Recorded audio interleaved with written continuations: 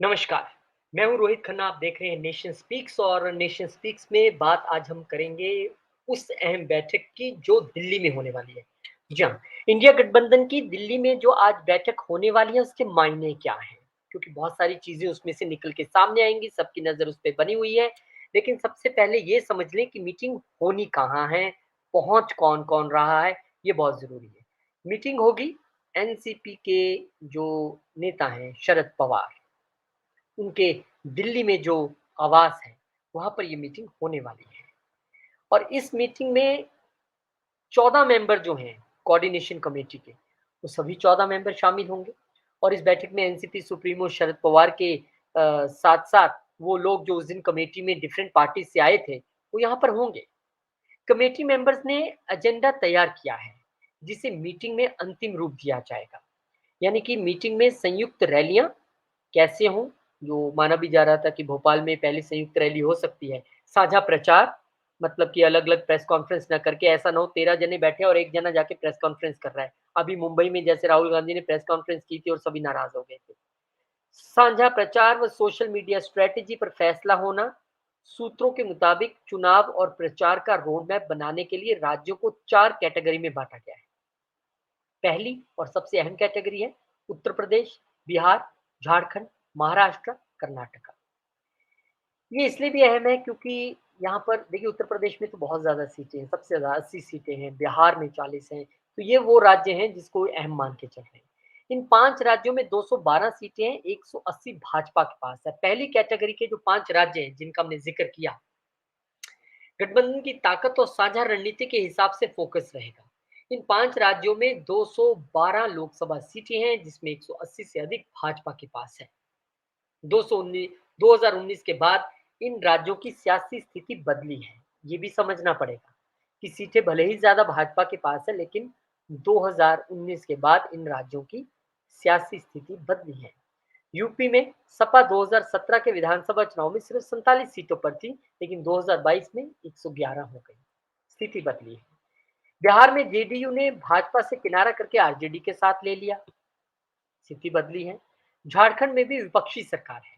महाराष्ट्र में सरकार एनडीए की है, फिर भी शरद पवार उद्धव ठाकरे की जोड़ी कांग्रेस के साथ मजबूती से खड़ी है। वहीं कांग्रेस कर्नाटक की जीत को लोकसभा में दोहराने का दावा कर रही है। स्थिति बदली है। अब चौथी कैटेगरी को समझ लीजिए। चौथी कैटेगरी वो है जिसपे सबसे ज्यादा पेच फंसा हुआ है। क्यों फंसा हुआ है? आपको राज्य सुन के ही समझ आ जाएगा।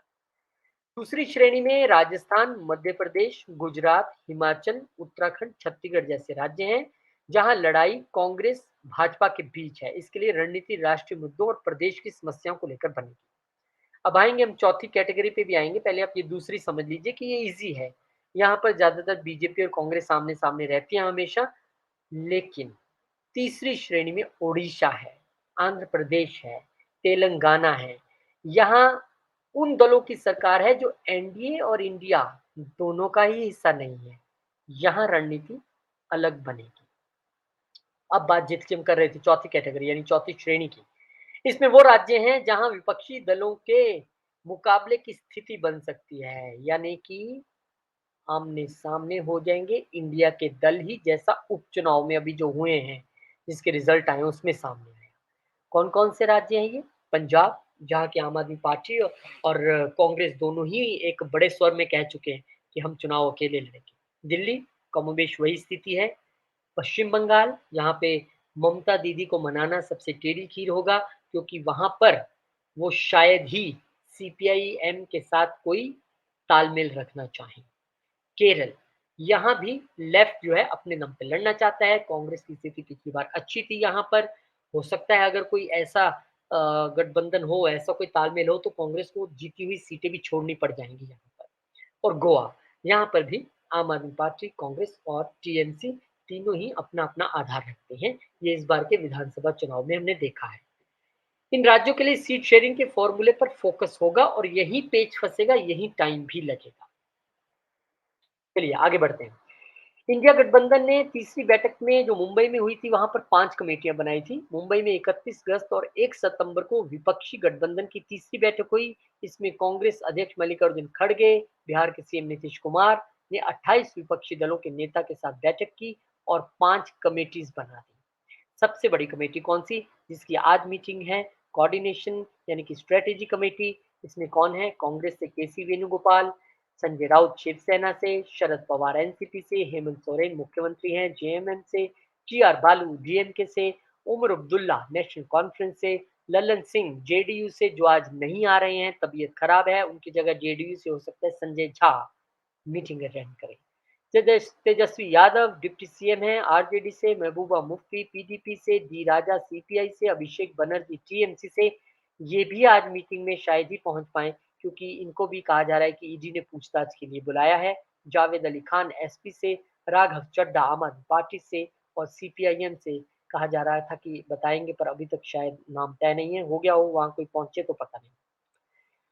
देखिए 5 सितंबर को कैंपेन कमेटी की बैठक भी हुई थी, जिसमें कि कांग्रेस अध्यक्ष मल्लिकार्जुन खड़गे ने लीड किया उसको, और दिल्ली में ये बैठक हुई। इसमें मध्य प्रदेश समेत 5 राज्यों में होने वाले विधानसभा चुनाव और 2024 लोकसभा चुनाव से पहले कैंपेन की तैयारी पर चर्चा हुई। कैसे होगी, क्योंकि मध्य प्रदेश और जो स्टेट्स अभी आगामी हैं, यहाँ पे तो आप अपने तौर पे लड़ती दिखाई दे रही है, कांग्रेस कैसे यहाँ पर सामंजस्य बिठाएगी ये भी देखना होगा। इसके साथ-साथ 18 से 22 सितंबर चलने वाले संसद के विशेष सत्र पर भी सबकी सांसें अटकी हुई हैं कि क्या होने वाला है। कोई नहीं जानता, सब ब्लैंक है। इंडिया की चौथी बैठक दिल्ली या भोपाल में हो सकती है, ये पहले से कयास लगाए जा रहे हैं और इसमें 28 पार्टियां हैं, वो हम आपको बता चुके हैं। कुल मिला के सवाल ये है कि जिन कैटेगरीज की, जिन स्टेट्स की हमने बात की, वहां पर क्या होने वाला है।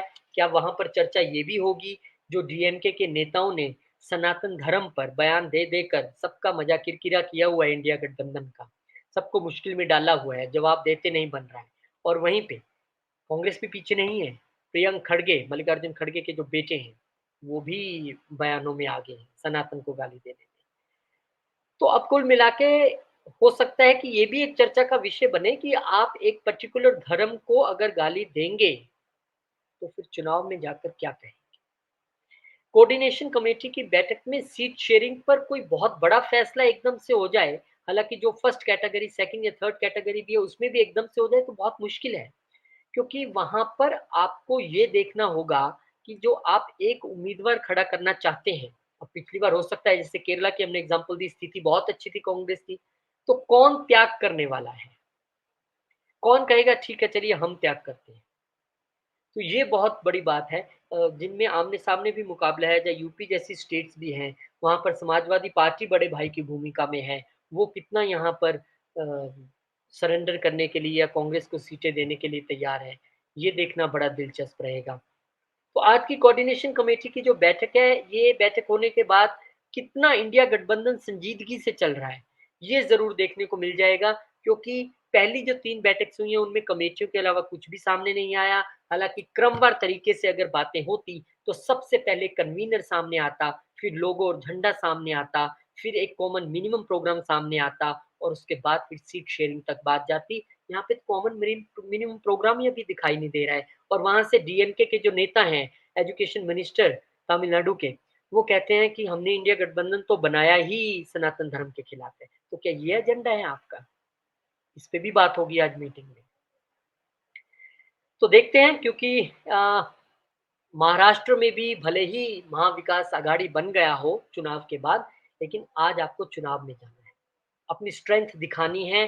तो आपको ये तय करना होगा कि शिवसेना ग्रुप के लिए आप कितनी सीटें देंगे, एनसीपी जो वहां पर लड़ता रहा है वो कांग्रेस को कितनी सीटें देगा, खुद कितनी सीटें रखेगा।